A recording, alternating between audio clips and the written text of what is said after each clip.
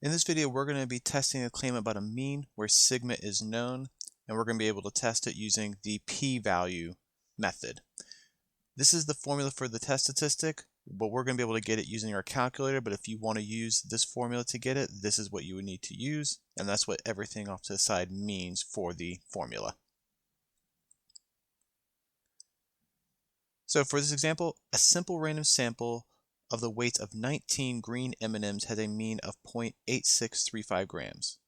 Assume that we know that sigma is 0.0565 grams.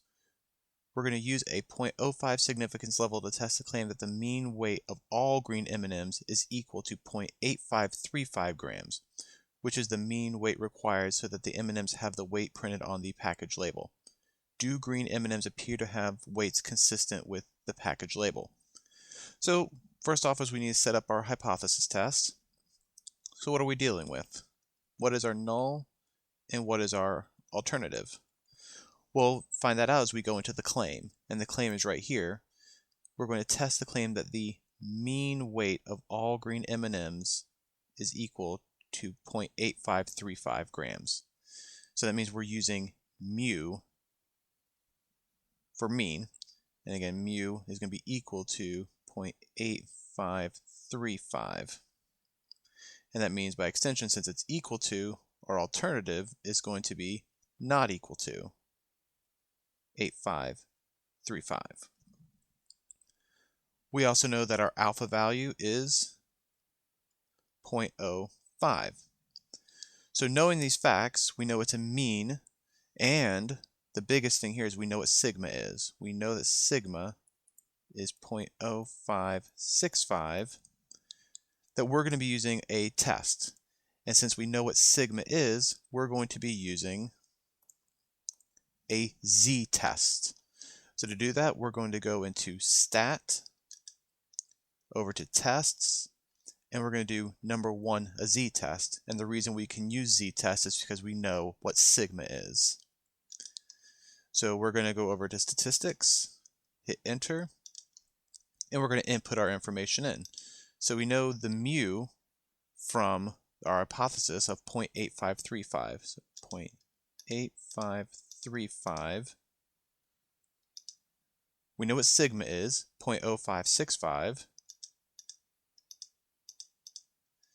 But we also need to know what the sample mean is. And the sample mean is actually given up back at the beginning right here, 0.8635. So that's what goes into X bar, 0.8635. And how many do we have in the sample? We have 19 green M&Ms.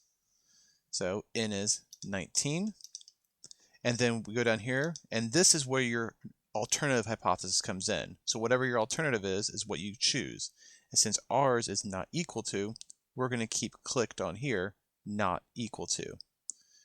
Then we're going to go down to calculate, hit enter, and there it gives us our numbers. So we have a test statistic z of 0.7715. So I'm going to say z equals 0.7715. That is our test statistic. And then for p, we have 0.4404. So 0.4404. So these are the nice relevant pieces of information we get from our calculator. So this is our p stat, and this is our p value. Now we're using the p-value method to determine whether we reject or fail to reject. And so we always compare our p-value to our alpha value here. So 0.4404 compared to 0.05. And in this case, p is greater than alpha. So since p is greater than alpha, we fail to reject the null. So when you actually do your hypothesis test, you're actually going to have to write out what it means as well. So, knowing our information here, let's write out our answer. We can say, because we failed to reject, there is not sufficient evidence to warrant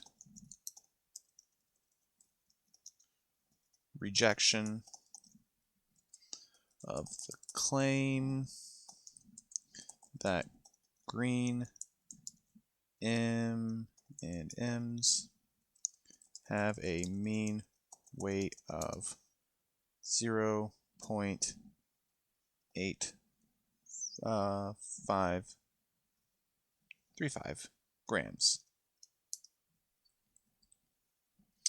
So, do green M&Ms appear to have weights consistent with the package label?